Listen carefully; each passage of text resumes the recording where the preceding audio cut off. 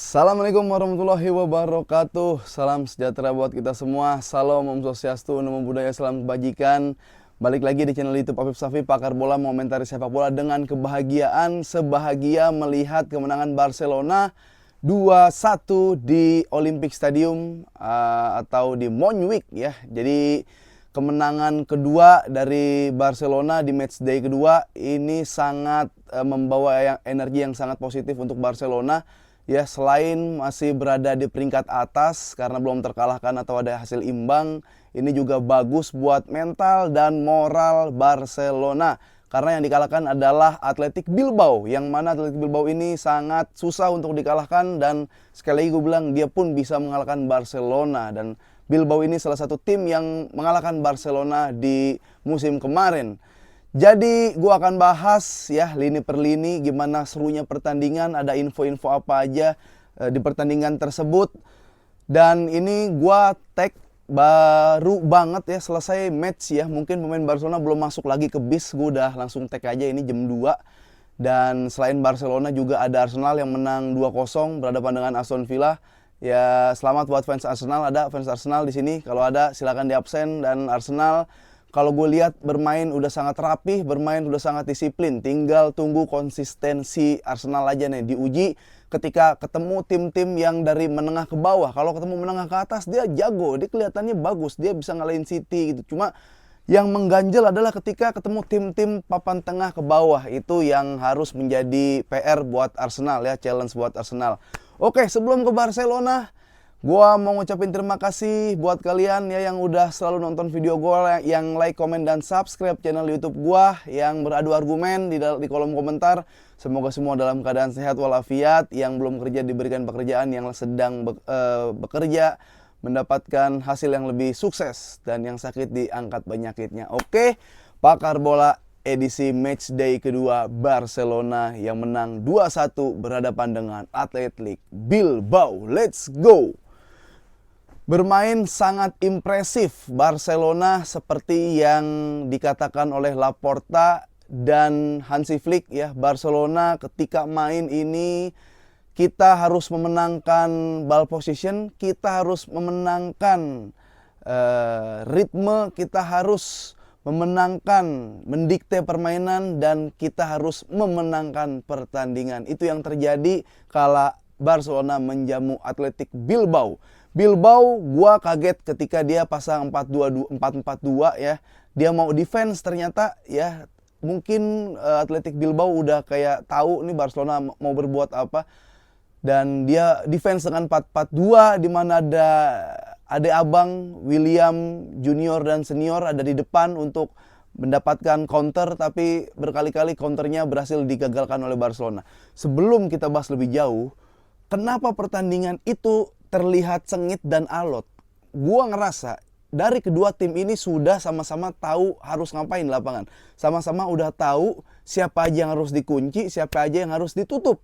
Ya, babak pertama Inaki dan Nico Williams sangat tidak terlihat ya, karena Barcelona memiliki Konde, dan Konde kalau lu nonton dia maju nggak terlalu jauh, dia sering kali bertahan, dan ketika Barcelona attack dia hanya di tengah ya, dia hanya menjaga kestabilan di tengah, nggak jauh-jauh overlap, beberapa kali doang overlap karena dia tahu yang dihadapi adalah Nico Williams yang memiliki kecepatan. Tapi hari ini Konde berhasil menutup pergerakan dari Nico Williams, walaupun ada sekali gocekan yang kena capping, tapi itu tidak membuahkan hasil yang terlalu bahaya buat Barcelona. Namun sebenarnya gue juga masih tetap belum bilang keuji banget Jules Koundé ini ketemu pemain cepat, karena beberapa kali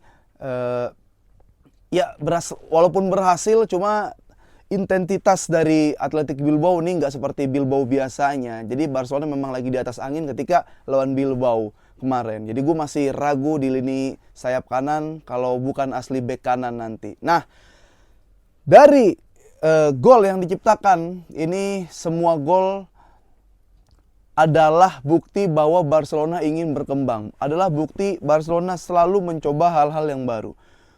Gol pertama Barcelona itu dari luar kotak penalti, shoot ya, spekulasi dari Lamine Yamal. Sekarang siapa ya dari pemain Barcelona yang berani mengeksekusi shoot dari luar kotak penalti. Kalau nggak, dicoba aja dulu. Dan hasilnya ada seseorang bernama Lamine Yamal yang tracknya lagi bagus setelah Euro 2024. Dia melakukan capping, dia mencetak gol, dia melakukan shoot dari luar kotak penalti yang disaksikan langsung oleh Nico Williams yang tadinya dikabarkan oleh ingin ke Barcelona. Dia lakukan shoot dari luar kotak penalti, di placing bola. Memang ada deflect dikit dari back dari Vivan atau siapa gitu, dari back Atletico Bilbao. Akhirnya bola melesat maju deras ke arah gawang Athletic Bilbao. Nah, ini salah satu keberanian Barcelona, muncul lagi peluru-peluru baru bahwa Barcelona sekarang sudah bisa dan sudah mulai melakukan shoot spekulasi dari luar kotak penalti, dan hal itu membuahkan hasil. Hal yang dan kebobolan Barcelona ini adalah penalti ya, walaupun gue yakin Cubarsí ini nggak terlalu sengaja untuk menyengkat atau mengganggu pergerakan dari situ, Sanchez apa siapa ya? Ada dari striker Athletic Bilbao, tapi memang jatuh badannya walaupun bukan sengaja ke arah Athletic Bilbao, pemain Bilbao, tapi ada pemain Bilbao di situ yang menaruh kakinya sehingga memang terlihat sangat jelas Cubarsí meniban kaki dari Athletic Bilbao, dan kalau itu dikatakan penalti, gue juga bilang itu penalti. PR dari Barcelona, dan anak-anak La Masia ini kadang gue suka profesional foul-nya, gue suka foul ketika dia menghentikan ritme, ketika lawan sedang build up atau lawan mendapatkan tempo yang diinginkan. Tapi kadang gue nggak suka tangan-tangan jahil, gue nggak suka tackle-tackle jahil yang kadang bahkan bisa merugikan Barcelona. Itu aja anak-anak La Masia sekarang, kekurangannya itu aja. Selebihnya oke, gue lihat ya Cubarsí tampil juga apik, sekali digocek sama Williams tapi nggak membuahkan hasil yang bagus. Selebihnya dia interceptnya, timingnya selalu tepat, bola atas selalu menang, duel-duel juga selalu menang. Cubarsí, ya kita tunggu masa depan kamu di Barcelona. Gue belum ngeliat lagi, ya, Ter Stegen kadang kalau 1-1 gue masih bisa tenang loh. Bahkan bola-bola shoot kenceng dari dekat gue masih bisa tenang loh. Tapi kalau penalti kayak nggak teruji. Ini orang kayak jarang banget nepis penalti. Ter Stegen nih, gue nggak tahu latihannya dia penalti seperti apa, cuma bolehlah, siapa tahu lu ntar ada kayak Copa del Rey adu penalti atau Liga Champions adu penalti, boleh diuji lah. Nih Stegen gue ragu kalau setiap dia menahan penalti kayak bukan spesialis gitu. Nah, yang gue senang di belakang adalah leadership dari Inigo Martinez ya. Kita tahu bahwa Inigo Martinez adalah mantan pemain dari Athletic Bilbao. Ya, dia menjadi leader di lini belakang ya. Jadi dia menenangkan Cubarsí. Kalau Cubarsí yang bisa ngumpan-ngumpan, dia bagian tukang gedor. Kadang pun gantian kalau dia jadi libero, Cubarsí yang tukang gedor. Jadi kompak nih Inigo Martinez. Postur untuk back tengah sih kurang tinggi, cuma bola atas berani, palanya nggak takut bocor. Ini yang gue salut dari Barcelona ya. Karena kritikan gue selama ini, Barcelona ketika bola atas, palanya kayak nggak punya pala bahkan. Nah, adanya Inigo Martinez setidaknya memberikan contoh buat teman-teman di sekitarnya untuk berani duel bola atas, untuk memiliki awareness defense ketika ya diserang gitu. Jadi gue sangat seneng ada Inigo Martinez. Duet sejauh ini masih seneng antara Cubarsí dan Inigo Martinez. Nah, itu dia. Di depan kita ke tengah lagi. Jangan, kita ke Balde dulu. Balde nih gue seseneng-senengnya lihat Balde lari ya. Cuman kayak Balde nih harus banyak makan wortel. Kenapa? Biar tahu warna gitu. Kayak nih Barcelona merah biru, lawannya nih biru, lawannya biru laut, lawannya pink, atau lawannya kuning gitu nanti, atau lawannya putih. Biar kelihatan gitu, biar passing nggak kelawan mulu. Lari udah oke. Cobalah tolong siapa di situ yang bisa ngajarin passing. Ajarin umpan. Sayang lari sekencang itu kalau mainnya nggak minimal berada 1-2 level di bawah Jordi Alba lah. Ini jauh banget. Gue mau ngelihat Gerard Martin ketika masuk gantiin Balde tuh. Kan gue nggak tahu Gerard Martin kemarin pramusim gimana, nggak dimainin kayaknya, tiba-tiba bagus kemarin di match pertama. Jadi kalau Gerard Martin lebih tenang dalam defense ya, ketika dia offense overlap ke depan, dia membantu serangan, passingnya bagus, nggak menutup kemungkinan lu kalah saing Balde dengan Gerard Martin gitu. Karena gue senang juga Gerard Martin. Kita ke depanan, Barcelona 4-2-3-1. Pedri dan Bernal. Coba lu sering ingat-ingat YouTube gua di episode berikutnya, apa yang gua bicarakan, apa yang gua kritik tentang Pedri, ya. Apa? Nah, Pedri ketika main bola 20 menit mangap, ya, 30 menit muntah kuning tuh kalau dia masih dimainin. Makanya Pedri tuh ajaib ketika bermain hanya 20 menit. Mau itu di 20 menit babak pertama, mau itu di 20 menit babak kedua. Minimal banget Pedri ini dia orang bikin assist. Karena gue ngelihat bakat yang istimewa dari Pedri. Kekurangannya apa? Fisik dan stamina. Tadi lu lihat Pedri 75 menit masih lari. Ya. Walaupun di awal-awal gue sempat ragu kayak ini double pivotnya Pedri Bernal nih, nggak yakin loh gitu. Karena gue ngerasa Pedri ini jangan terlalu jauh dari gawang. Karena dia kalau udah deket-deket gawang di final third lawan itu bahaya buat lawan. Dia minimal kalau nggak golin assist, itu Pedri. Cuma kalau terlalu jauh, dia megang bola terlalu lama, entar di press jatuh, geledak, itu bahaya buat tim sendiri. Tapi kalau Pedri ditaruh di depan, assist nih anak. Ya, Ferran Torres, gue nggak nganggap deh. Gue udah anggap Barcelona bermain 10 orang tanpa penyerang sayap kiri. Nggak ada yang bisa direview dari Ferran Torres. Tapi yang gue seneng adalah keputusan Hansi Flick. Ketika di babak kedua, dia tahu lini dari sebelah kiri mati. Apa yang terjadi? Lakukan subs antara Fermin dan Pau Victor. Masuklah Lamine Yamal, masuklah Pedri. Lamine Yamal pun memang di babak kedua tidak terlalu terlihat karena yang pertama gue bilang tadi, kedua tim ini sama-sama udah tahu kayak lu harus mati Nico Williams atau Inaki, bola jangan sampai ke mereka.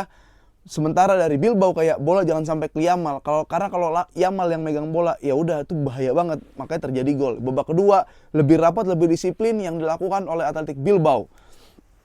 Tapi gimana rasanya punya pelatih yang sepemikiran sama kita kayak ini kayak harus diganti deh. Yamal habis golin masih muda, 17 tahun, kayak harus diganti deh. Tiba-tiba dia bisa mentransformasikan pikiran kita mengganti Lamine Yamal. Gimana? Punya pelatih kayak gitu. Ini kayaknya Ferran Torres nggak jelas.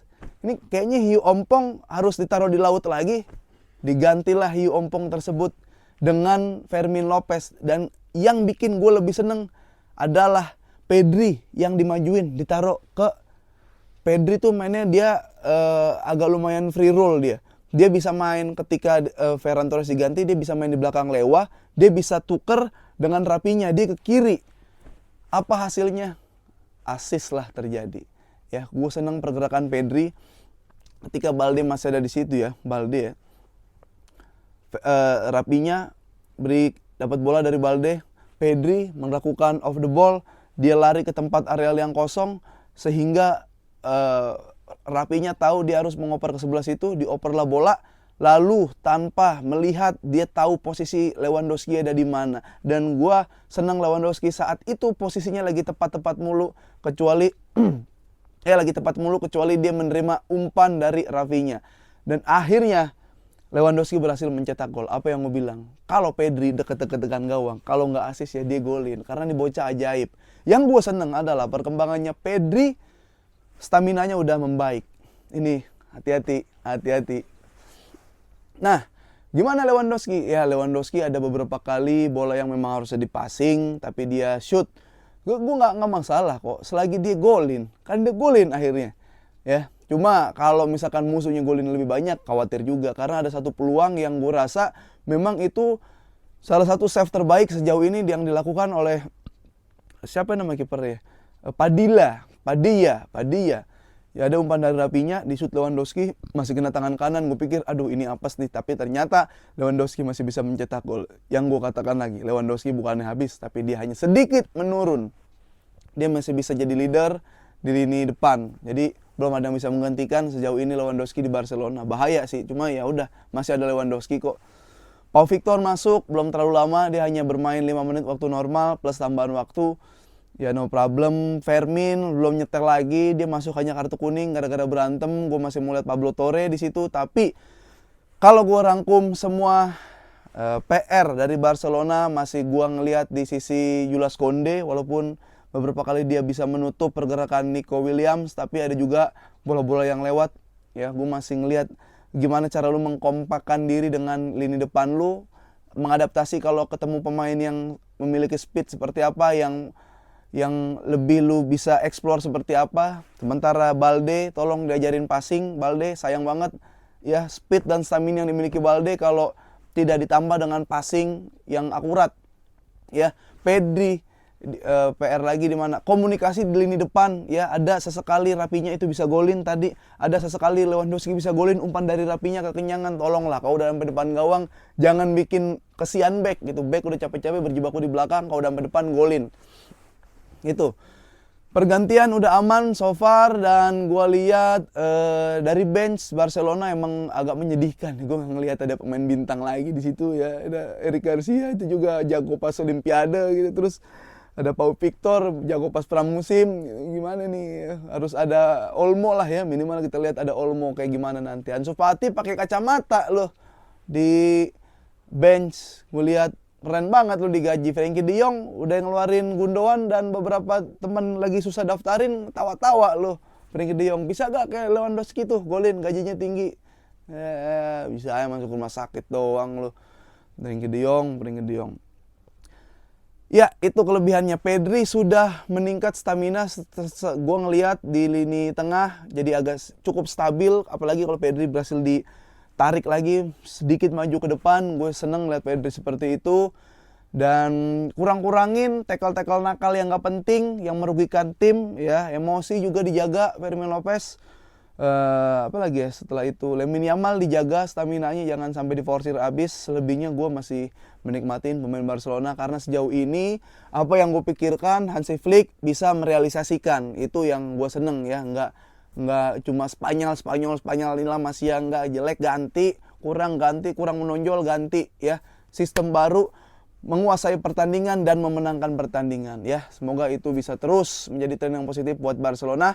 Dan nanti Barcelona akan melawannya tim yang susah dikalahkan lagi, yaitu Valladolid. Kita lihat nanti 28 Agustus. Dan sampai ketemu lagi di Pakar Bola. Sehat-sehat selalu. Assalamualaikum warahmatullahi wabarakatuh.